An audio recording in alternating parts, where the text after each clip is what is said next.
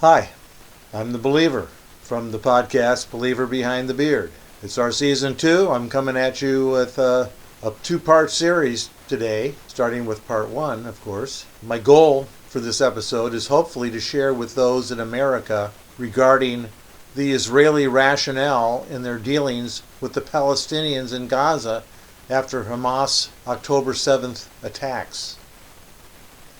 Too many, including our own U.S. administration, have unsupportive attitudes toward our best Middle Eastern friend and ally, that is Israel, and they're not aligned with their self-preservation goals.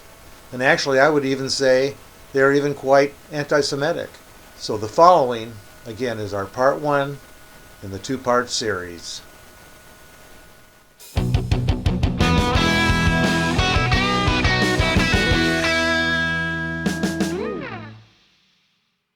The TV series entitled Secret Agent, was released in 1964, was a U.S. adaptation of a hit show in England called Danger Man, which was about a secret agent in Great Britain. The show needed a theme song to replace the British theme version, and the song that was picked was entitled Secret Agent Man, played and sung by Johnny Rivers. And just as an introduction to this week's podcast, I'm going to play a quick initial version of this song, accompanied by the singing of the Associate Believer. Take it away.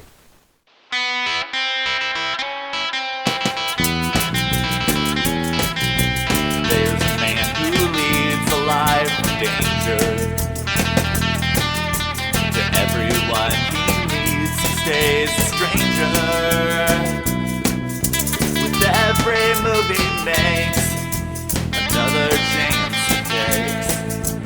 Odds are he won't live to see tomorrow. Secret agent man, secret agent man. They've given you a number and taken away your name.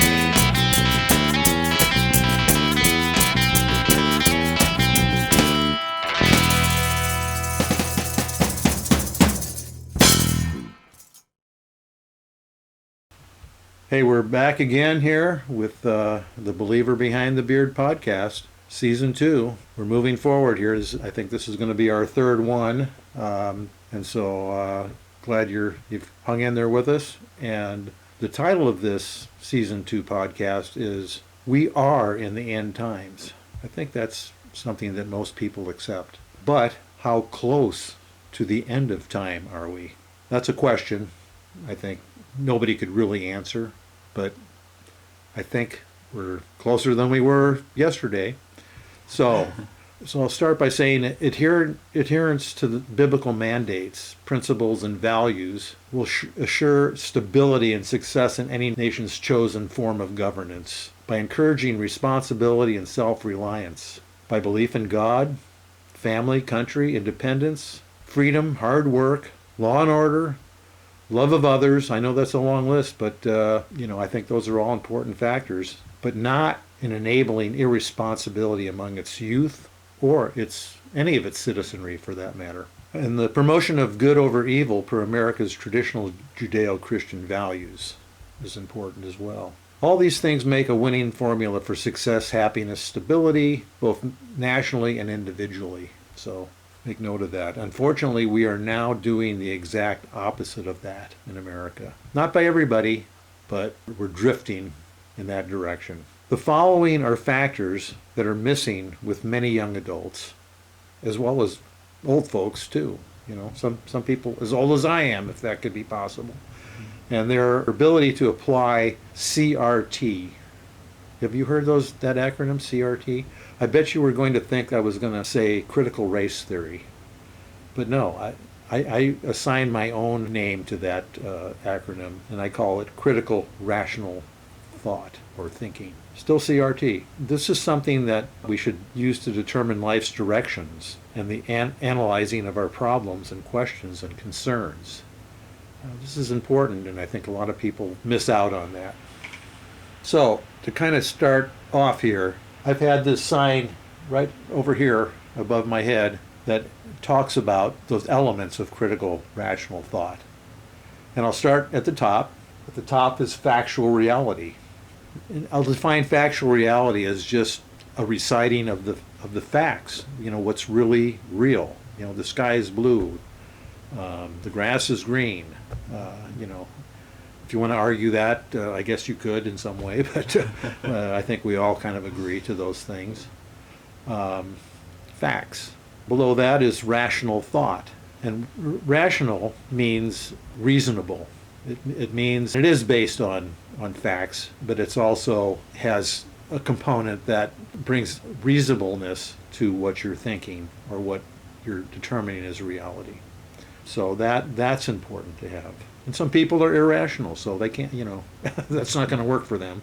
But, for those of us who can, determine what rational thought is, that's important. The next component is truth. And that's truth with a capital T and truth with a small t. And again, truth is a subset of facts because maybe some facts are not really bearing truth, such as spiritual truth, capital T. Who God is and that he created the world and that he defines what is right and wrong. And then the small t truth is just things that you're not believing a lie. You're not resting or having confidence in things that are not factually true. Next to truth is logic. And logic is kind of a funny word that describes all these things because something has to be logically understandable and make sense if it is true or rational or factual. And it would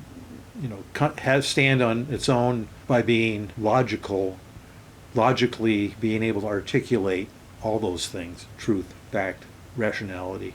Below that, common sense. I'm sure you've heard the term common sense just ain't too common nowadays. And this is becoming a problem because I would say that, some people are being very foolish about how they live their lives. They're not exercising common sense. I think I've heard of one person that went through a barrier that said danger, possibility of falling past this point. And somebody thought, well, I'm pretty sure-footed. I can go across this barrier here. And maybe they're showing off or trying to impress somebody, but they get close to the edge of a precipice and the danger sign is not going to describe all what's dangerous, whether it's slippery rocks or loose rocks or something that you could lose your footing on. And lo and behold, people have died doing that kind of stuff, not realizing that the warning was for people with common sense. And then lastly, sober-mindedness. To be sober-minded is to not have a cloudy mind with regard to drugs, alcohol, but that's not the only sober-mindedness. There's also just being sober with regard to looking at something that's going on and give it the attention and the importance that it deserves and not just shine it on, so to say. So there you go. That's the believer behind the beard attributes that are important to maintain. Now, I want to today talk about what's been current within the last several months or more, in the Middle East particularly. And this is a current event that you can apply some of this critical rational thought to. Also today I have a world history lesson for those of you who are leaning toward having bad feelings or negative opinions toward our Middle East U.S. ally Israel due to their current counterattack on Hamas terrorists inside the Gaza Strip. There's many young people and college campuses and faculty members, and there just seems to be an inordinate amount of dislike, thinking that Israel is an oppressive nation toward various people. And okay, you can feel that way, but I'm going to talk about why that's most likely not exactly the truth. This is especially if you're concerned and confused and fearful about what's been going on in the volatile Middle East. I have the following question to ask my associate believer that's sitting right here, shaking his head up and down all the time, like he agrees with me. I think he does. So I want to ask not only him but you, our listeners as well, and see what you think about our conclusions. And I would admonish you to take the exhortation of Jesus himself when he told people that he was addressing. If you have ears to hear, you should hear this, as well as have an open heart and an open mind. So, let's go back to recent 20th century history and some of America's final involvements and victories in various conflicts. Question, Associate Believer. What was happening in Western Europe and Great Britain during the years leading up to the end of 1941? It was not a very good time to be in Western Europe, that's for sure. Yeah, these were years of international tension and aggressive expansion, both by fascist Italy and Nazi Germany. That culminated in Germany invading Poland in September of 1939. Britain and France had declared war on Poland 2 days after the Polish invasion. And since early 1941, the U.S. had been supplying Great Britain in its fight against the Nazis, but at this point hadn't entered the war. And in addition, the U.S. had been pressuring Japan to halt its own military expansion in Asia, such as in China and other locations in the South Pacific. And obviously, Japan didn't really care for the U.S. Telling them to put a stop to that. So No, they did not. And so that is the correct answer. And then next question is, what happened specifically on December 7th, 1941? And consequently, what then happened on December 8th, the next day? Yeah, so as I believe President Roosevelt said about December 7th, a day that will live in infamy, was when the Japanese military attacked the United States at Pearl Harbor in Hawaii. As it was a surprise attack, no formal declaration of war or anything had happened. It was just out of the blue. Then so that happened on December 7th, where I can't even remember how many, but a bunch of lives were lost and a bunch of, I believe, battleships and stuff too. I think it was somewhere around well over 2,000. Yeah. Oh wow. Yeah. So that happened on December 7th, and the day after that, December 8th, was when the U.S. officially declared war on Japan. And since Japan initiated their offensive operations through the attacks on Pearl Harbor, the Philippines, Guam, Wake, and Midway, that did not require the U.S. to make a declaration of war, even though the U.S. declaration of war against Japan was not triggered by any treaty with Japan. Japan's attack on these U.S. established interests were enough reason for us to go to war. Even if this was the Japanese government and military doing a total out of the blue, like supposing that they had been a neutral country and had done this, that alone, at least in my mind, seems warranted enough to have some type of response to that, because obviously that's not an acceptable thing for a country to do. But especially, like I was saying, given just how much of the continued Japanese aggression and just really, I mean, not just military, but just I remember hearing a lot of horrible things that they were doing in China and in different. I mean, you hear about stuff that the Nazis did, and unfortunately, the Japanese government at the time was involved in a lot of really dark and very traumatic things. So on December 8th, President Franklin Roosevelt, or FDR, delivered his Day of Infamy speech, and immediately afterward, the U.S. Congress did declare war on Japan. Okay, again, you are correctamundo. And then one other date. See, history's full of dates, so, Oh, yeah. that's what I hated about high school history. I thought, what do I need to know this for? But it's important. So what happened on December 11th, 1941? Yeah, that was when the United States Congress declared war on Germany. America had been, again, as we just said, had been supplying military and non-military goods to Britain and the Soviet Union through and including programs like cash and carry supplies purchases, destroyers for bases, such as FDR trading U.S. World War I era destroyers in exchange for 99-year leases on various British military bases, which probably some of those hasn't been a full 99 years since that time, so some may still be in use today. And most famously, the U.S. Lend-Lease program, which either lent or leased war supplies to any nation deemed vital to the defense of the United States. So. Mm-hmm. Yeah, and, I mean, just that little last thing you said about, something vital to our defense. Ah, You know, we're not looking to be the nice guys that let people get away with preparing to do us in. I mean, that's kind of foolish. That's kind of irrational, right? yeah, So definitely. we don't want to, we want to have our eyes open and ears open and head out of the ground, so to say, when it comes to our future. Uh, We don't want to caught off guard like we were then. Definitely. And it reminds me of a quote, and I'm blanking on who actually said it or who said it first, but the quote that all it takes for evil to triumph is for good people to do nothing. Yes. So it's not enough to just simply stand back and not do anything about things, especially when you're in a position as the United States was as a global superpower, which then and still is today, even though of course the whole socioeconomic and the landscape's a bit different than it was back then, but it's still. And there's a historical name too. His name was Neville Chamberlain. He had been dealing with Adolf Hitler, and his name goes down in infamy too. You know, and infamy means not famous, or famous for for something negative. And when he went over to check on what Hitler was doing and what he was planning on doing in Europe, which was pretty obvious to the Europeans and to Great Britain in particular, he came back with and reported, said, "Nothing to see here." That's being downright stupid.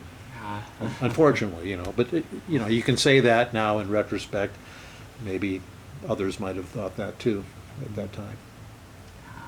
So, taking these historical facts into consideration, do you think that the U.S. declaration of war against Japan and Nazi Germany were justified? I think definitely, which I mean, war itself is always horrible, no matter how you spin it. But it unfortunately is one of those being in this fallen world. A lot of times, you have the option from a thing that's not very good and a thing that's absolutely downright horrible.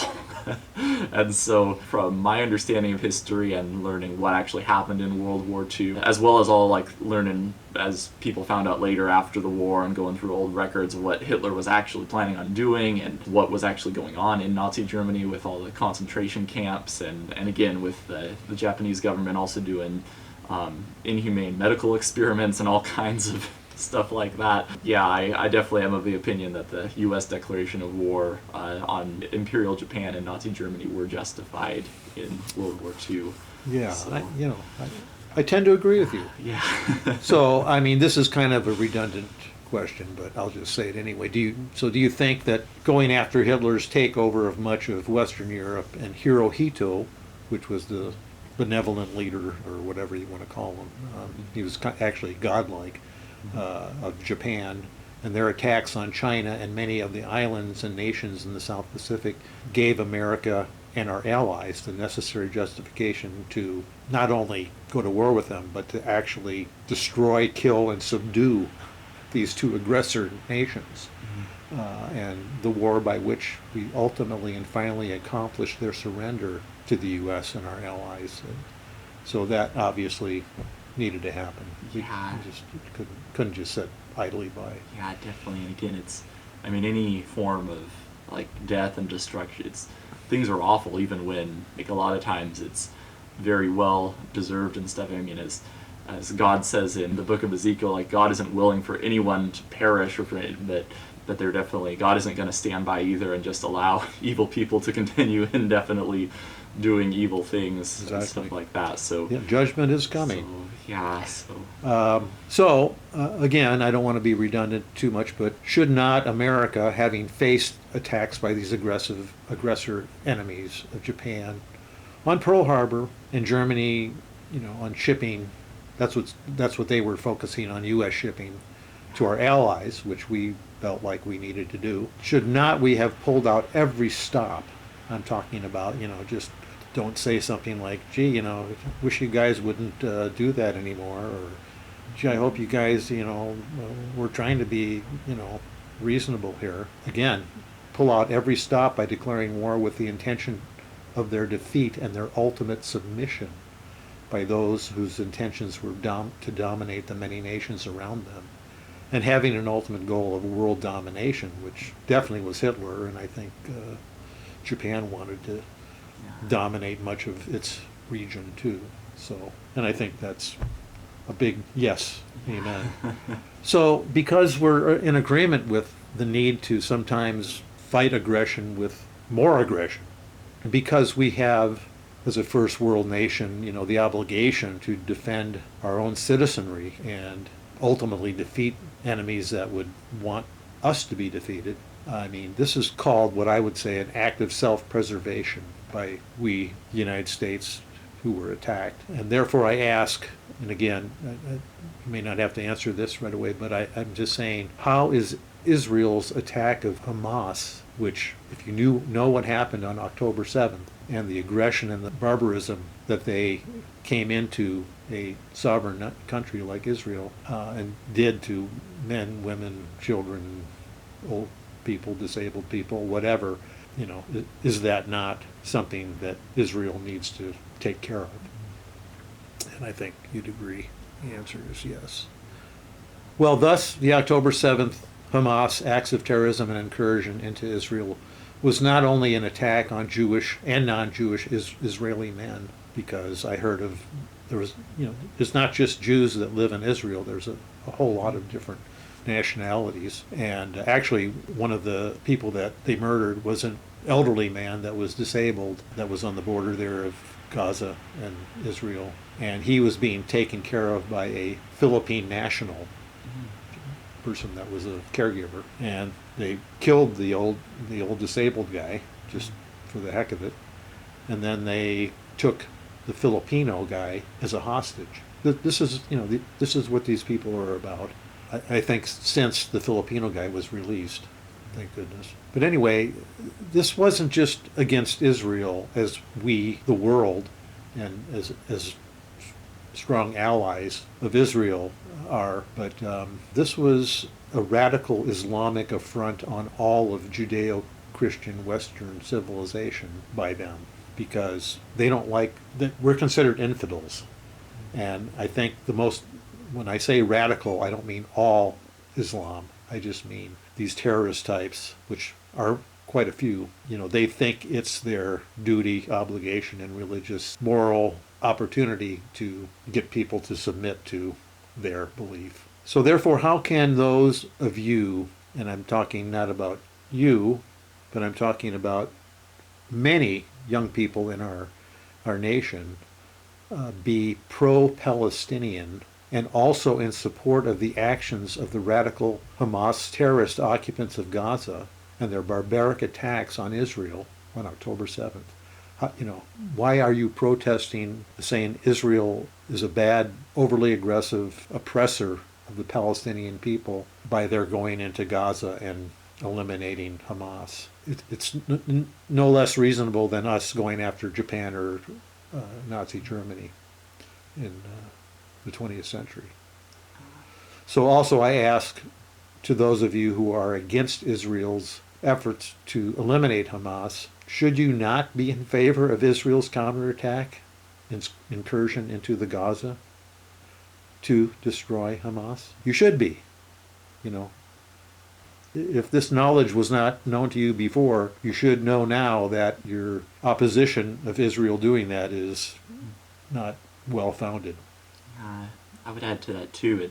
It kind of surprises me seemingly how many people are unfamiliar with what Hamas is and what they do and their whole ideology, which, and as you were saying, it's a very specific sect of Islam where fortunately, I mean, from what I've seen and the people I know who are Muslim and whatnot, they're not out to kill everybody else and to try to take over the world or anything like that. But from what little I understand of what Hamas does, I mean, even to their own citizens, is just crazy appalling. And then, especially considering, I mean, if you're a woman, you basically, from my understanding, is you don't really have any real civil rights under Hamas's regime, and if you're gay or transgender or have any type of those identities, it's things aren't really going to go too well for you either.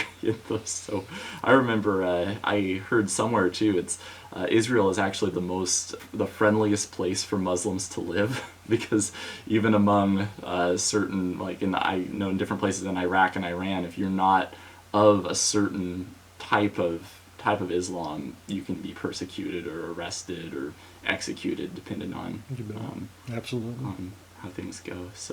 So why would the international community of nations, namely the UN, United Nations, be so opposed to Israel's elimination of Hamas? It's not just students and faculty and left-wing radicals on college campuses in the U.S., but and also Europe, by the way. But it's also the UN. In the aftermath of Hamas's Holocaust of October 7th, anything short of complete eradication of Hamas is actually inexcusable. No citizen of any other first world country would be willing to live with such genocidal attacks and the future possibilities continually looming along our borders. So I think that's something to, again, for the anti-Israeli, pro-Hamas Palestinian folks out there, I think you need to consider this. Additionally, eradication of Hamas is also necessary to deter other groups like Hezbollah, and they're a radical Islamic group as well, situated along Israel's northern border with Lebanon, which they've been attacking them now for quite some time and fighting against them on that front as well while they're in Gaza. So they are considerably larger and a more dangerous terrorist enemy than Hamas, to say nothing of the region's main supporter of terrorism, which is, you know who that is, right? Yeah, Iran. Yeah, that's who it is. Thus ends our part one of the series on understanding the difference between good and evil and Israel's struggle for survival in the Middle East. As you look at factual reality and exercise some rational thinking regarding the Israeli-Palestinian conflict, I hope that you apply these and other believer behind the beard life and character attributes in your discovering truth, logic, and common sense, all with regard to the issues discussed in this particular episode. So, part two will be the next episode, and we hope to see you then. Okay. All right.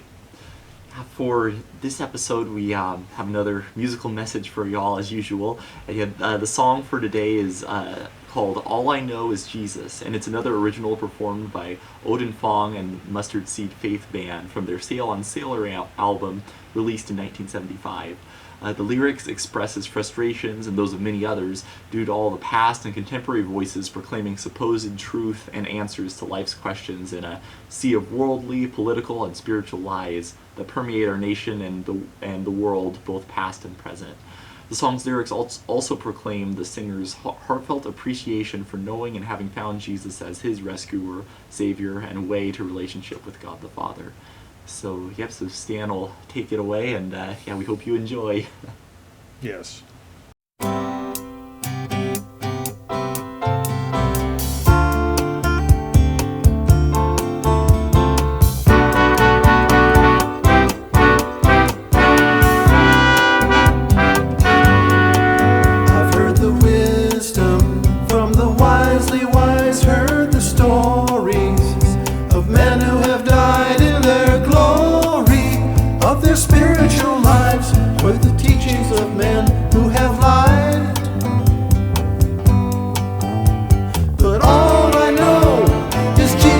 Christ and Him crucified for me. About